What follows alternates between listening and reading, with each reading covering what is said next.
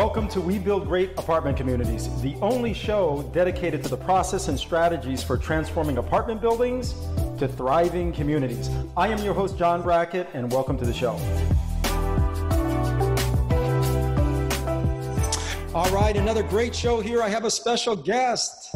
His name is Jimmy Murray, a property manager that at this point is managing over 600 assets, and very happy to have him on our show. This is going to be a great one because oftentimes we talk about acquisitions, we talk about the financing component of a purchase or of a property, but very rarely do I see people getting into discussions around the management piece, which brings everything together, right? You can buy a property at the right price, you can put great financing on it, but if you don't have great management in place to execute on the plan, you're only 50% there. So, hey, Jimmy, welcome to the show. How are you, man? John, thanks for having me. And you hit the nail on the head, right? You make all your money on the buy, but where you deliver that cash flow is in the management of the asset. Right. I'm with you 100%. Awesome, man. Well, today we're going to have a great show, especially where we are right now in our cycle, at least here in the United States. And so I know you have some great insights, but I'm going to formally introduce you to invite our audience into this conversation.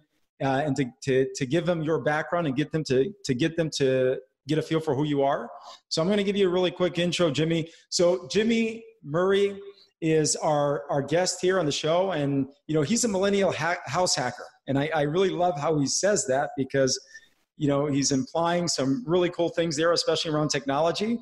And he's going to debunk all the negative things that people think about that. Yeah. But I love this. So a millennial house hacker turned corporate dropout.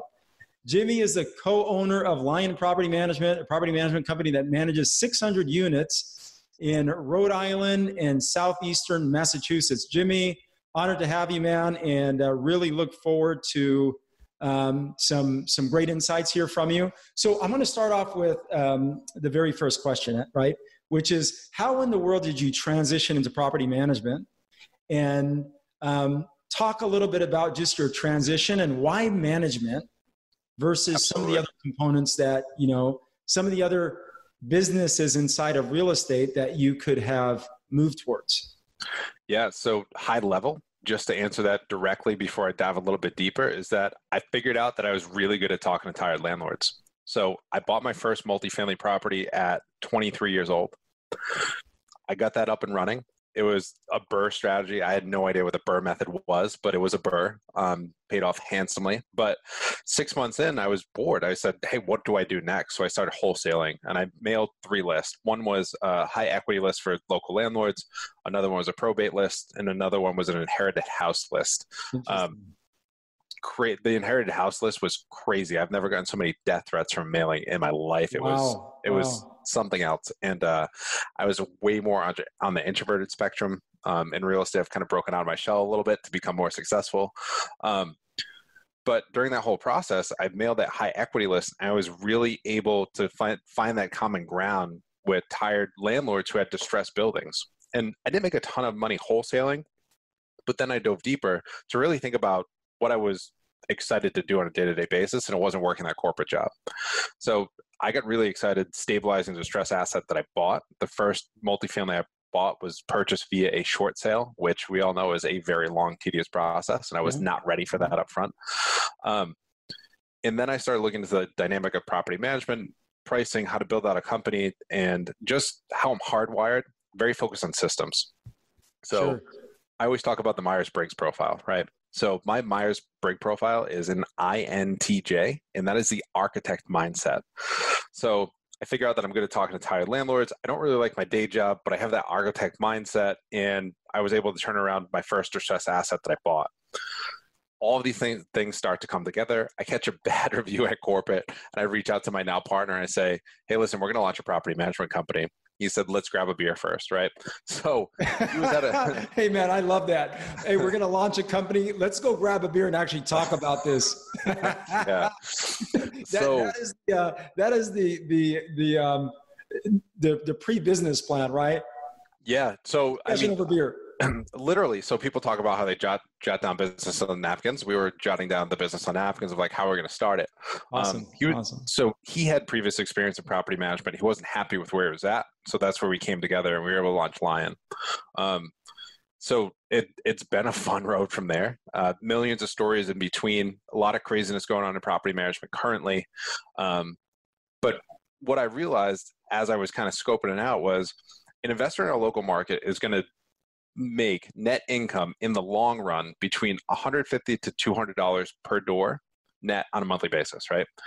So it's not a ton. One of my friends talks about how real estate is the best get rich slow scheme he's ever come across. I love that. I've never heard it put that way, but we're going to quote that, man. We're going to quote that in this show. I love that. I started looking at property management, and not to get too deep on pricing, but our property management pricing structure falls between 7 to 10% of gross monthly rents, and it's all based on breadth and depth of the relationship. Sure. So I'm looking at that, and I'm saying, okay, well, the average rent in our area is $1,000 a month.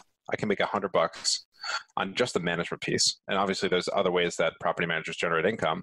Compare that to the $150 to $200 per door net that an investor would make. Now the manager doesn't have upside from an equity perspective, but they have a bite of the cash flow. So if you're really good at what you do, you should be able to attract a lot of attention to protect that net income that the property owner is going to make.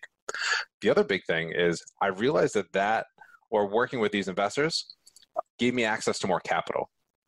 And that's been an awesome opportunity for us recently in the sense of we're late stage in the real estate cycle. Honestly, the cap rates that multifamily properties are trading at in our local market are well above where I'd want to hold that asset at. And that's what my clients are seeing as well. So those clients have money on the sidelines where they're not able to buy multifamilies at the prices that they want. Well above or well below? Well above. Sorry, no, cap rate well below. Oh, got it. I'm like, well, look, if they're too high, just call me. Oh, no, cap rates being high. Yeah, no, if I said that wrong, I apologize. It's all good, man. Go ahead. But these clients, they have the capital on the sidelines, and they really trust us because of the returns that we deliver on a monthly basis. So now when we come across off-market opportunities, these folks are funding these deals so that they can get a return on that capital on the sidelines. Right. So that's been a really cool opportunity for us lately. So that's what was running through my head of, hey, I have this corporate job, came across real estate, really loved it. How did I bridge the gap to get from that corporate job to doing something that I really enjoy? Okay, beautiful. So here's one of the advantages that I see in management, right? I mean, we manage our own assets. That's something we shifted to a couple years back, and great decision for us because I really feel it gives us a huge advantage when we're buying because we really understand the numbers. I think a lot better than you would if you're just underwriting to purchase, right? Underwriting to purchase is very different to underwriting to purchase, but you also really understand the numbers from a management standpoint, right? I think it helps you either get a little bit more aggressive or slam on the brakes a little quicker if just things don't foot out correctly. Now, Absolutely. Here's the question, okay? Here's the question to get us moving. So we're in a very unique market right now, COVID-19, right? No secret anymore. Business is going to change forever. We're not going back. So consequently, understanding how to leverage technology in today's market, okay, hypercritical, especially in real estate, where real estate, for whatever reason, is just such a lagger with technology. Yep. Would you agree with that? Yeah. And honestly, so technology has been a huge component to our approach in terms of why we're successful. So, Absolutely. Let's talk about that. That was going to be my question is what advantage do you feel you've created for yourself to be able to scale to 600 units as quickly as you did? Okay. And then we're going to dive into that. So it's all level of automation so that the manager can focus on the things that they're really good at, which can drive the return for the investor. So the role that I had, the corporate job that I had before, it was a financial firm, and they always invested heavily in technology. And I kind of took that with me into the real estate business. So we have a core system called AppFolio. I'm not sure what you guys use, but we love AppFolio, and we use the Plus version, which allows us to build workflows behind the scenes. So literally, as our team is completing tasks, it's bumping it to the next person, so that we can mitigate the time that it takes to do things. the other big thing, like technology has been huge in the sense of rental listings as well. Like our speed to place a tenant at this point is less than a week from when it's listed. Now, I'm not saying that the tenant's going to move in less than a week. Is that full turn, or is that just marketing to lease out? Marketing to lease out. Okay, makes sense. But it's been super quick. And one of the big things that we've recognized within that technology component is that, particularly during COVID, is that good pictures are going to make it that much more that much faster, right? So honestly, our leasing agents have upgraded their phones lately so that they can take better listing photos, because people are home on the couch. Like we found in our local market that a lot of folks are upgrading units. So they've realized the things that they don't like in their current apartment. And I think that's led to more speed in the placement side for us with those great photos showcasing the amenities of the units that we're renting.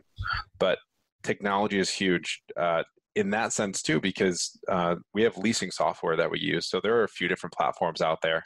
I don't get paid for this, but I'm a huge fan of Tenant Turner. So Tenant Turner is a software where we can capture leads 24 hours a day, and they're able to, that prospective tenant, if they submit a request on Zillow to see an apartment via text, phone, email, they get an immediate response. And they can get on the phone and accept one of the pre-set showings that our showing agents already have set up, or they can propose up to 3 other times. So this allows us to capture more leads, because if somebody goes out and they look at a rental unit and they really love it, they're going to get bumped into Tenant Turner very quickly, set up that appointment, and they may get off Zillow. So we may be, that prospect may not go and look at other apartments until they go and see the one that we have listed. So I think that technology gives us a huge leg up. Okay, beautiful. And I agree 100%, especially on the lease up side, right? I think that's a huge opportunity, and also on turning units and managing to repairs and keeping repair costs down. But talk a little bit about Tenant Turner. So if I understood you correctly, it sounds like, is it a third-party service that you're paying for? It is, and it bolts right onto our core operating system. So we press one button in the core system, it bumps it out into Tenant Turner. Tenant Turner is going to syndicate that across 40 plus rental websites. So I think that's the huge component. A lot of, I'll call them old school landlords I come across, so like, oh, just put the listing out on Craigslist. Why isn't it on Craigslist? Well, Craigslist doesn't send push notifications when there's a new listing, but guess what? Zillow and Trulia do. Or apartments.com.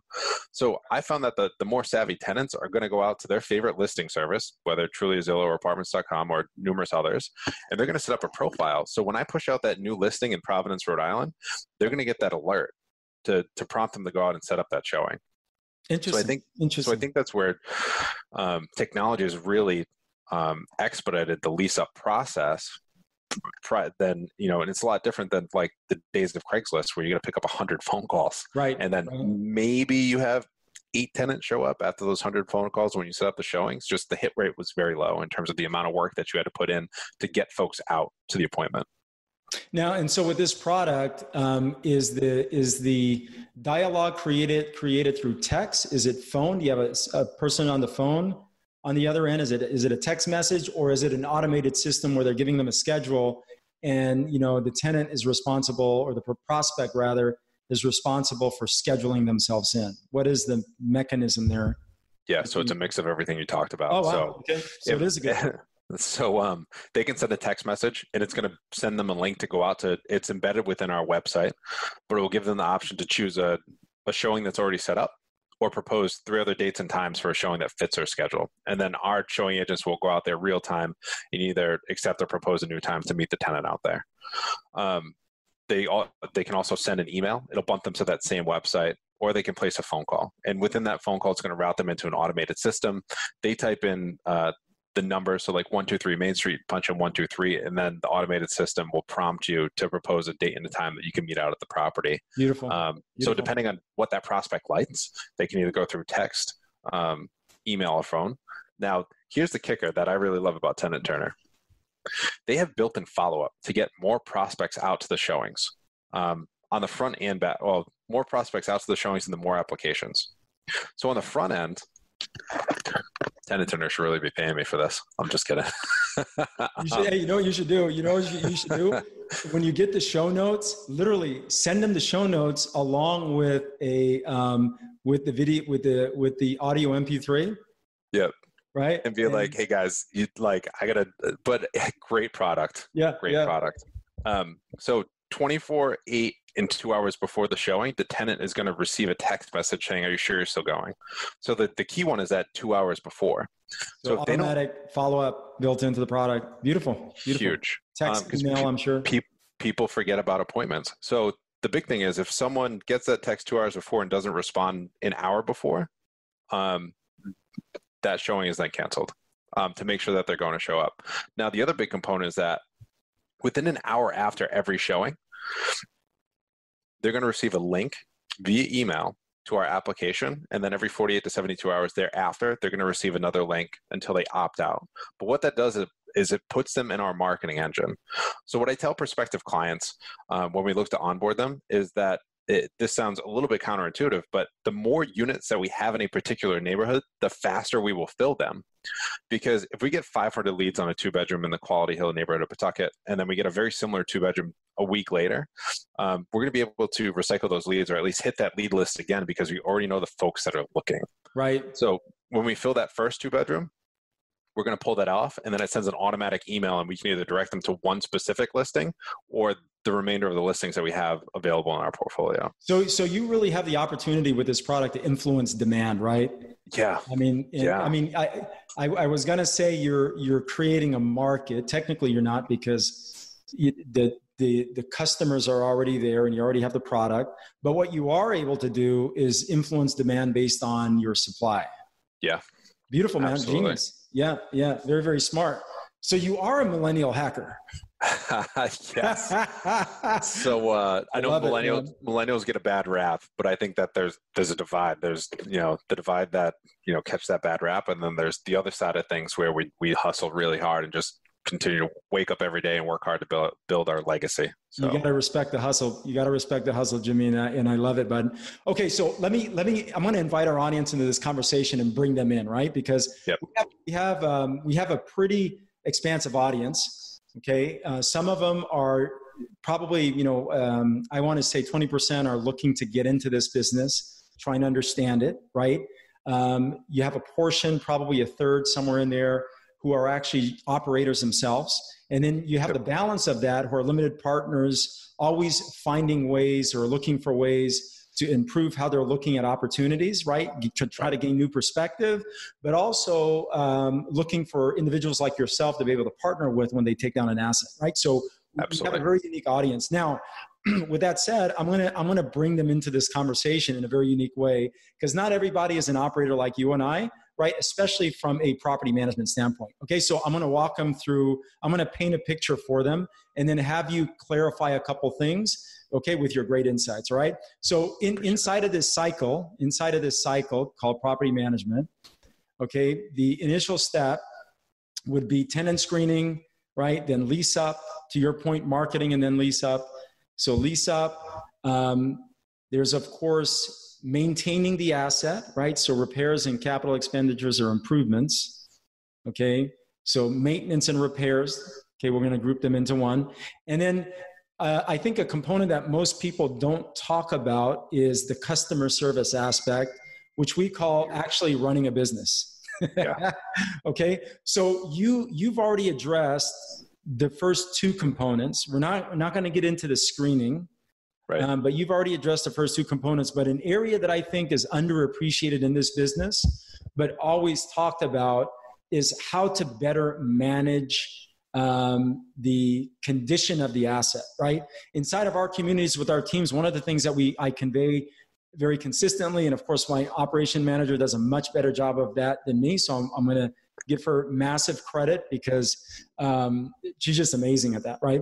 But one of the things that we try to convey as a business to our teams is, first of all, them understanding what our purpose is, and that is what the topic of the show is all about, which is building out great communities and improving how people live, right? Yep. But inside of that, we have a responsibility, especially in this market, to keep the communities clean. Now, before COVID, okay, I don't think that conversation happened as much, right?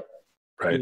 Clean communities, make sure that they're very well maintained. But then the other side of that too, to be able to maintain a great community, is repairs and maintenance, right? So can you talk a little bit about how do you manage repairs in your communities, right? And maybe talk a little bit about the processes that you've created, or the most valuable one, okay, as you see it, to help you really dial in how you manage your repair costs and how you maintain your communities. Because that is a huge component to being successful in this business. Absolutely. So two things that I think of right off the jump. Sure. We have, and I know that our assets might be a little bit different than kind of the broader audience. We manage, the majority of our portfolio are multifamily properties that are between 3 to 6 units. And they're fairly spread out, but it's most of them are in certain areas in Rhode Island where the Industrial Revolution was huge. So they built these multifamily properties close to the manufacturing facilities so that people could be close to where they work. So on a monthly basis, we send around an inspection coordinator to check on all the common areas of the building and make sure that nothing crazy is going on. So when tenants see that someone is out there every single month, we always send them branded apparel. It shows them that there's a high level of care that we're providing for the building, but it shows our owners that we're also paying attention. So those owners get an emailed report, and they can, at a minimum, they're going to see a picture of the outside of the building to say, hey, we were there, and then they'll see any issues as well. So it shows us that we're taking care of it. The other big thing that we do to make sure that we level set expectations up front when we onboard a building for a new client, whether it's coming from another property manager who was previously self-managed, I conduct a safety inspection. So this safety inspection allows me to be nosy, right? So, but it also helps me level set maintenance and CapEx for the owner. So a lot of owners that self-manage, their units are below market rent. So what I'll go do, and I actually did this at 2 buildings this week, I'll go get into every single unit and I'll say, hey, listen, I think, you're getting $600 a month in rent. I think that we can get this to 900, but you're going to experience, between X and Y of capital expenditure, but you may also be able to attract a better tenant that is a stronger payer. Right. Multiple components to that process. The way that I pitch it to the tenants so that they're not spooked out by this is when I show up at the door, I'm like, hey, listen, I'm Jim. I'm with Lyon Property Management, here for a safety inspection. The owner asked us to come out to make sure that you have a safe, comfortable place to live. And I'm just here to check on a couple things to make sure that we're providing that experience to you. So Beautiful. It makes the tenants comfortable, but we're still providing, our client the level of care to make sure that they're generating that return on investment. So here's what I love about how you walked everyone through that, right? It's one thing to talk about something. It's another to role play it. Anytime someone's role playing something, man, they are a producer and they're actually doing the work, right? That's the difference, I love man. That. That's the difference. So I really appreciate you doing that. I appreciate you role playing and demonstrating actually how this stuff happens, because that's where the golden nuggets are, right? It's in the doing. Absolutely. It's in the doing. Yeah. So it's so funny you say that because Investor Carrot pushed out an email today. I don't know if you guys are familiar with Investor Carrot, but it's really for wholesalers. They build out websites for wholesalers that are geared toward the SEO side, so they can generate more internet leads. But the guy in the email is actually a huge investor out of Boston. He flips about 100 houses a year, but they put in his 2 scripts. So it's funny that you say role playing, but I saw that email come through. I immediately clicked on the link because I want to see what he's saying on the phone as he's trying to pick up these off-market deals. So yeah, I appreciate your perspective on that one for sure. Awesome, man. Awesome. It's in the doing, right? Okay. Well, I really appreciate you sharing that. And I like what you said. So I'm just going to recap a couple things, right? So you do monthly checks, monthly check-ins. And the monthly check-ins are really designed to be able to view the common area or the exterior of the property, right? Correct. Quick check. Hey, let's create a presence. Let's stick to maintaining our standards. And then you do another one. I don't know if you said quarterly, if I'm not mistaken, but it's a safety check. So the safety check is typically annually or at client onboarding. So the way that it's annual is when a tenant goes to renew their lease. So we go through check-in, make sure that everything's going okay, but it provides that extra touch. Because honestly, a lot of tenants are spooked by property managers. They think we're this big bad corporation that doesn't care about anything except collecting rent. And we want to make sure that we provide that relationship-based approach so it's not like that. Beautiful. Beautiful. I love that, man. I love that. Okay. So I'm going to keep walking our audience through this, right? So now you've given us a huge nugget or a couple of nuggets, and I already have a half page of notes. Okay? Awesome. and I'll show you a couple of great nuggets, okay, on maintaining the asset, okay, and also different ways to approach capital improvements to be able to maximize rents, right? Capital expenditures to be able to maximize rents. Okay, so now we're going to talk about customer service. So if you could pick one thing that you could share with our audience to really maximize their relationship, the maximize the relationship they have with their customers or their residents, as we call them, to be able to maximize value of their communities, what would that one thing be? I think it's actively listening when they call in or they come into the office, and then showing that you're human too. So it's kind of like a two-parter. I feel like a lot of people, like, I'm very process oriented, don't get me wrong. But man, I never would have guessed that. You got to show that you're human at the same time. So like Gotcha. An example of that is, so in our local market, you can send out, you can begin the eviction process on the 16th of the month. During COVID, courts are shut down. People are, facing numerous different pressures, and everyone's facing something different. And we took a different approach. So we reached out and we called every single tenant that was behind on rent and said, hey, listen, we're here for you. Just let us know what's going on. Let's work together, develop a payment plan. And then via phone call, text, and then sending a letter saying, hey, we recognize everybody's facing different pressures. You are behind on your rent, but just please reach out if somebody wasn't able to reach out. So sticking to that process, but providing kind of, that human approach where we show a little bit empathy, of course, and then, of course. It's incredible, but we had 0 eviction cases when the courts reopened across 600 units. So that was huge. That is huge, man. That is really huge. Yeah. Well, and so let's talk a little bit about that, right? I know that you're pretty, you're up to speed on, some of the eviction laws or the eviction laws that are in your specific marketplace, right? Especially around the CARES Act. So can you talk a little bit about some of the changes that you feel our audience should be aware of and that you're coming into that could either, make you or break you in your business, okay? Especially around some of the limitations on evictions. So can you talk a little bit about that and maybe just share some of the critical pieces of that legislation? Yeah. So related to the CARES Act, I mean, we're past July 27th now as we're recording this, but the big thing was that it didn't matter what state you were in. If you had a federally funded or federally insured mortgage, you were not able to file eviction, even if your state was hearing eviction cases. Now, what that tells me is the folks that have federally funded or federally insured mortgages, at least on the smaller scale, they're not working with portfolio lenders, right? So when our clients come in and we onboard them, I'm asking them a series of questions. So the first is typically related to insurance. And I'll try not to go too deep on this, but a lot of investors, they go with the cheap surplus policy that in the event something happens, they're not getting paid out. Even if they use the public adjuster, they're getting pennies on the dollar in terms of what they should get paid out. I make sure that they're on a preferred policy as long as the building is stable. The second part is, well, how is the building financed, right? So fortunately, we have some wealthy clients that own them outright. And then we also have some other clients that may have bought it as a house hack and now they have equity in it. So I'm having the conversation with them to say, hey, listen, here are 3 local portfolio lenders that we work with. We have a good relationship with. Let me pass a referral so you can get into that portfolio loan where that local bank is going to hold the mortgage. And then that's provided them protection during this time period that even if our local eviction courts are open, they don't have to worry about the July 27th eviction moratorium via the CARES Act. Very nice. I like that. I like that. So, I like how you position that because, in almost every transaction, unless you're operating your own assets, right? You're managing your own assets.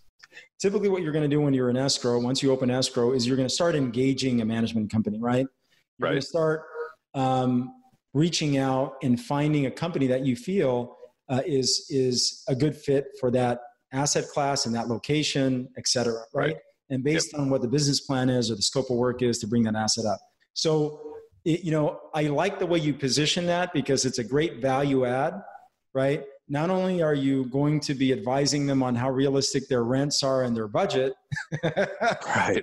But the idea is let's talk a little bit about things that can prevent you or that will give you more flexibility, right? Or more control in how you move through the cycle that we're in.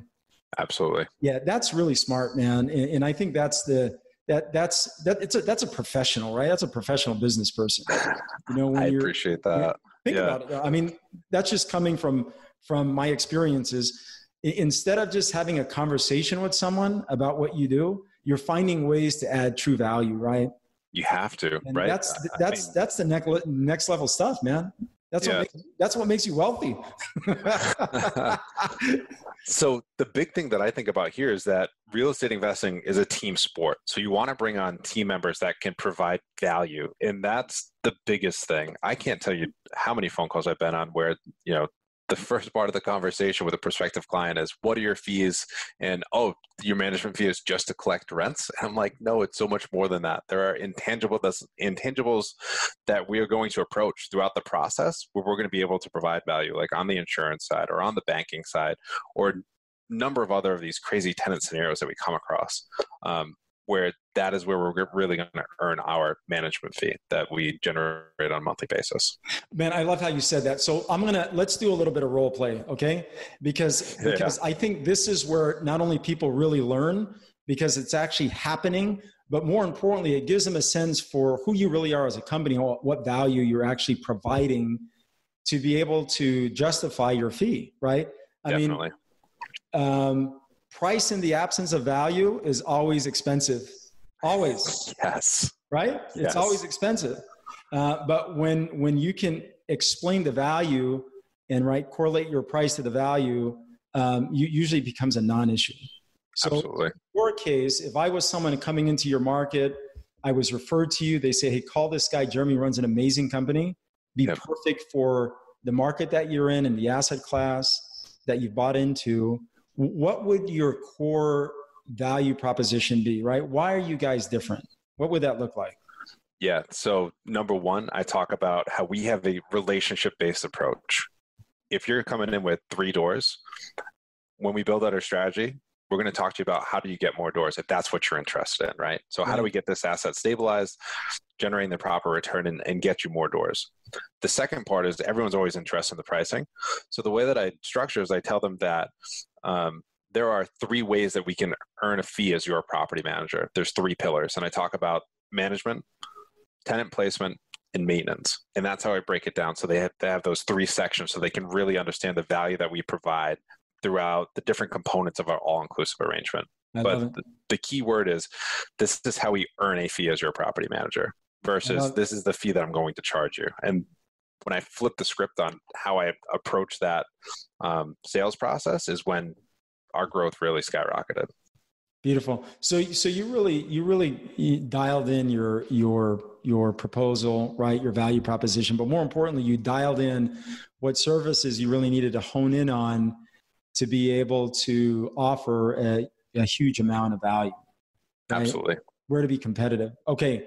So for someone looking to hire a manager, okay, and that's probably 80% of people that listen to this show and that engage in the show, at some point in time, they've either hired or are hiring, right? Or they have managers managing their portfolios, or they have their own management company and they're owner operators, right? So what are things that you can share with our audience, Jimmy, to help them be able to better vet management companies? What are some key questions that they should be asking and key things that they should be looking for to be able to sift through the weeds, man, and to find the cream of the crop? Yeah. So 2 things that I always think of. So number one, no property manager is perfect. No property manager is going to do 100% of what you want all the time. There's going to be things that they're really good at, and there's going to be things that may be challenging to them that they're not as good at. So you get to find the right fit in the property manager that excels where you want them to excel, right? So maybe they're really good at the lease-up process, but maybe the recurring maintenance they're not as fast at. So start to break that out.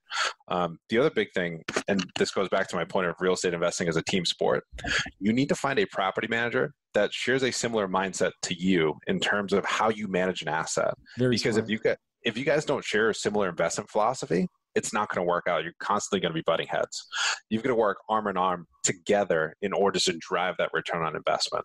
Man, I think that is a massive golden nugget. So I'm going to ask you to please repeat that piece, because it's important, right? I mean, and think about it like a marriage, okay? That's it. Like a marriage, right? If you're not willing to take the time to have conversations about what's important, do not expect the marriage to work. And I can speak to that a little bit because I've been married for 23 years. So can you talk about, just repeat that? Because I think that is very, very important. Yeah. So the biggest thing when you screen a property manager, you need to make sure that they share a similar investment approach or a similar investment philosophy, because that's what is going to drive your return on investment. If you both share different investment philosophies, you're going to constantly butt heads. But if you guys, or I always talk about banding together arm in arm and working together through the process to drive that return. So can you give an example of that? In this industry, man, we never have a shortage of stories, good and bad. But can you tie that into an example of a real life example that you went through to make that comment real, right, for our audience, so that you can add color to that for everybody? Yeah, absolutely. So this is a new question for me. So I'm but it's a good one. It's a real one. It's a real one. Yeah. No, it's real. I can start talking, but I know that like one of the biggest components for us is that, or actually this will be more of a challenging story than I was trying to think of, like a feel good story. But last year, come December, we're up close to over 700 units. We released over 150 units worth of clients because they didn't share the similar investment approach. And we had built a reputation within our market that we provided a certain level of rental or apartment product, right? A certain level when a prospective tenant came out. Certain standard. That's the word that I'm looking for. So we had these clients where they bought 55 units. They were all 5 and 6 unit buildings. 55 units over the course of 6 months. They bought these properties with all hard money and did not set aside a single dollar for rehab. Now most of these properties, so most of these properties had code enforcement issues. The first building, it was fairly turnkey. Their rents were $200 per month below market. We increased the rents on 5 out of 6 tenants. The one tenant moved, we turned it over, placed it for actually $100 more than the other 5 tenants in the building. Great, that one's operating. I'm like, yes, they're buying in. They're buying into the investment philosophy. Then they started buying more, and the straw that broke the camel's back is that they had this one tenant in a 5-unit building, and the entire building had bed bugs. So I don't know if any investors have dealt with bed bugs, but it's right here, man. Right here, it is a huge challenge. I would tell you that in my experience, only the heat treatment works, and the heat treatment is crazy expensive. So now these investors have multiple buildings at this point, and they're staring down the barrel of the gun of remediating bed bugs for the heat treatment. They take the cheap way out, and I'm sitting in front of code enforcement, and code enforcement is like, I don't know why you guys aren't taking care of this on all the other distressed buildings you've picked up in the city. You guys have taken care of it. You've been great to work with, right? That's classic. So, and I said, hey, listen, the owners, they're not allowing us to get after it. Right. So I talked them through, and I'm like, hey, listen, I can get you guys more financing. I'm coming in, like, trying to go to bat for, like, hey, I know that you guys, we didn't help you purchase these buildings or didn't help you scope out the rehab, but I can help you kind of try and restructure. And they just kind of pushed us aside. But I think it goes back to, you said, like, having a healthy marriage, having a healthy relationship with your property managers, having those conversations. Like, I'm going to talk a little bit about that, right? Because that's so important. Whether it's your marriage, your kids. In this case, right, this is a business conversation, so your employees or your clients. One of the things that I've learned over the years is you have to be willing to have difficult conversations. You just have to be willing to have them. That doesn't mean that you have to be abrasive or rude, and sometimes the conversations don't go off as planned, but that's the opportunity, right? I mean, that's the opportunity of an entrepreneur is to be willing to have difficult conversations and use that opportunity to get back on track or to stay on track. And, over the course of my career, man, I've learned that not only the big opportunities are in your willingness to have difficult conversations, but going in, being intentional about what you want the outcome to be so that you can actually move yourself on a trajectory of success. Right. Because for most people, right, something difficult happens and you ignore it. Right? Ignoring is not a decision, man. Right? Ignoring is not a decision. I like that. And it creates more problems than good. But it sounds like, you were working with a client where they just weren't willing to have those difficult conversations. And the issue to them on their side, in their perspective or from their perspective, was likely, hey, look, we can't afford this. We don't have enough capital. However, from your perspective, you were willing to help solve that problem if they were just willing to sit down and talk through the issues, right? That's it. I mean, it's just crazy to me. It's crazy. But to your point, it only works if you have a partner, okay, that's willing to have that conversation. And that's why, man, that's such a great example of philosophies, right? Making sure that your mindset and your philosophies are aligned. Great example. Great example. So how did that end up, by the way? They have been slowly listing all their properties as they have not been able to pay for them. So, wow. Yeah, wow. It's sad because they bought buildings. Honestly, the way they bought the buildings, they could have repositioned them. Did they inject equity into that deal? Or did they buy 100% financing? Did they? To the best of my knowledge, I believe they bought 100% financing on the purchase price and didn't bring a dime or have any reserves to rehab the building, which just to play devil's advocate there, I bought 6 buildings this year, 100% financing on purchase and rehab, and we were able to make it happen. So 100% financing always isn't terrible because the name of the game is leverage and OPM, right? But you got to make sure that you have a plan. Yeah. So anyways, the reason why, and I really appreciate you sharing that, but the reason why I was asking if they have equity in the deals is I would be willing to buy, if they still have 60, I'd be willing to buy them in bulk. I love that. I really would. So after the call, reach out to them and say, hey, look, I have a buyer if we can all come to terms. Yeah. I have a serious buyer who's willing to, purchase your entire portfolio. And now that I know you can manage them and our philosophies are in line, I'm very, very open to doing that. I love that. Yeah. And I'm really serious about that, by the way. So Jimmy, when we get off the call, we'll talk a little bit more about that. But I am going to start wrapping this up because we're almost at the end of the show. Man, you've been a tremendous guest and you've shared some amazing insights. I have a bunch of notes here, man. Nice. Half page worth of notes, right? You can never stop learning in this business. You just can't. There's always a learning opportunity. But I want to thank you again for being just a great guest, for sharing your insights. Jimmy, how do people get a hold of you? Yeah, so best way is to follow me on Instagram. My handle is The Notorious CFK. The Notorious CFK. I love it, man. I love it. Well, Jimmy, I want to summarize this, okay? Inside of this business, there's always an opportunity to buy right, to finance right, but you have to be able to manage right in order to add value to the assets that you're buying.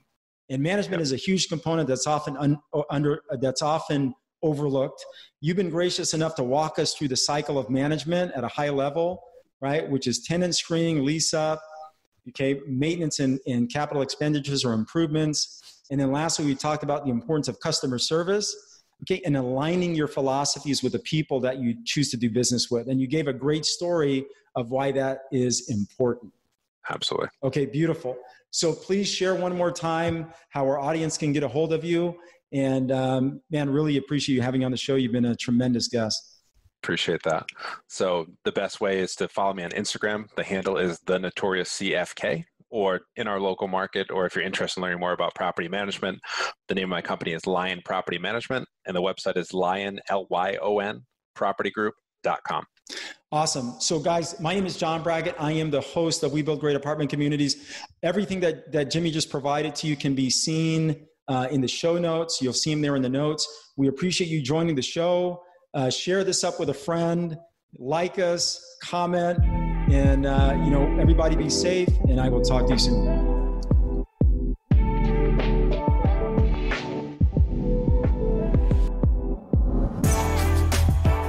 Clarity of purpose creates our greatest competitive advantage. When we transform apartment buildings to thriving communities, we improve how people live and create assets with high profit margins. Don't forget to subscribe, like, and share this up with a friend. I'm John Brackett, bringing you things you can implement right away.